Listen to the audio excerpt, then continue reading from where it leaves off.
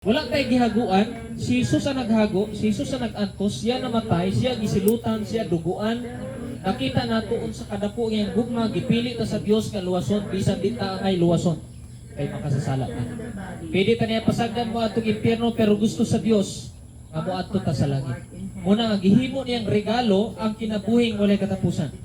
Ang kinabuhing walay katapusan mo na ang kinabuhing nga kung kita mamatay, di ta mahadlok, kung dili masumpayan ng atong kalag ug kinabuhi padulong sa langit nga dili mamatay dito sa langit. So, samtang buhi pa ta mamatay kita tigis kalibutan. Pero kung naa kay Hesukristo sa atong kasing-kasing ug kinabuhi, dili ta moadtong impyerno, kung dili moadto ta sa langit. Ug kini libre way bayad. Kay regalo man gikan sa Ginoo. Karon di na ko magdugay. Ang kaluwasan sa Dios libre way bayad. Mo ni ang rason nga nami dinhi. Kay tungod ang kaluwasan para sa tanan. Karon dili nato may bal-an nga ang kaluwasan libre, ang kaluwasan para sa tanan, ang kaluwasan gikan kang Hesus kung dili nato ni madunggan. Tama? Mo ni nga naay pelikula ug amo ni ginasaysay para ninyo kay tungod mo ni ang gisulti sa Biblia.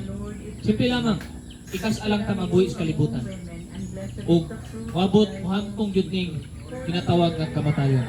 Karon dili nato sayangon nga mamatay ta sa kalibutan nga wala ta nakaila sa Ginoo. Dili nato sayangon nga dili ta mutuo modawat kang Hesus karon.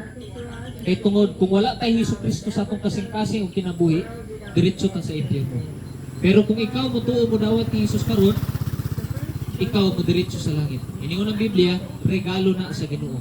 Ug sa unsang pamaagi iningon ang Biblia sa 1:36, tungod sa dakong pagigugma sa Dios sa tibuok kalibutan, iyang gihatag ang bugtong anak kung kinsa man ang mutuo mosalig niya dili malaglag dito sa impyerno kung dili makabaton hinuon ug kinabuhing walay katapusan padulong sa langit.